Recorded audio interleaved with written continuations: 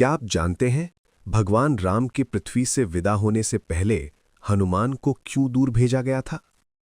ये कहानी है भक्ति, वचन और समय की, जहां काल स्वयं अयोध्या पहुंचा। अयोध्या में शांति थी। राजा रामा धर्म और करुणा से राज्य चला रहे थे। एक दिन महल के द्वार पर एक रहस्यमयी तपस्वी आया। वो कोई साधारण अतिथि नहीं था, वो था काल। पर द्वार पर पहरा दे रहे थे राम के परम भक्त हनुमान।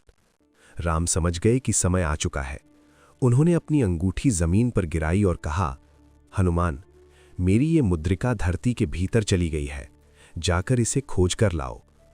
आज्ञा पाकर हनुमान तुरंत पाताल की ओर निकल पड़े। पाताल में हनुमान ने एक अद्भुत दृश्य देखा। एक ऋषि के सामने राम की हजारों अंगूठियां रखी थीं। ऋषि मुस्कुराए। हर युग में जब राम की लीला समाप्त होती है, उनकी अंगूठी यहां आ जाती है। हनुमान समझ गए, समय आ पहुंचा है। उधर महल में काल ने राम से कहा, हे राम, पृथ्वी पर आपका कार्य पूर्ण हो चुका है। राम ने एक वचन दिया, जब तक ये वार्ता पूरी न हो, कोई कक्ष में प्रवेश न करे। द्वार पर पहरा दिया उनके प्रिय भाई लक्ष्मण को। उसी समय महल पहुंचे महान ऋषि दुर्वासा। उन्होंने तुरंत राम से मिलने की इच्छा जताई। लक्ष्मण जानते थे, यदि ऋषि क्रोधित हुए तो अयोध्या विनाश का सामना कर सकती है। धर्म बचाने के लिए उन्होंने कक्ष में प्रवेश कर लिया। लक्ष्मण का त्याग। राम का वचन टूट गया था।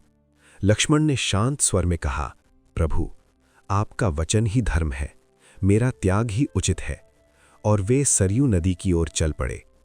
जल समाधि। सरयू के तट पर लक्ष्मण ने जल समाधि ले ली। राम समझ गए, अब उनकी लीला भी समाप्त होने वाली है। राम सरयू की पवित्र धारा में उतरे और उसी क्षण अपने दिव्य स्वरूप में लौट गए। लेकिन राम कहीं नहीं गए। जहां भी राम का नाम लिया जाता है, वहां उनकी कथा जीवित है, और वहां हनुमान आज भी उपस्थित हैं। जय श्री राम।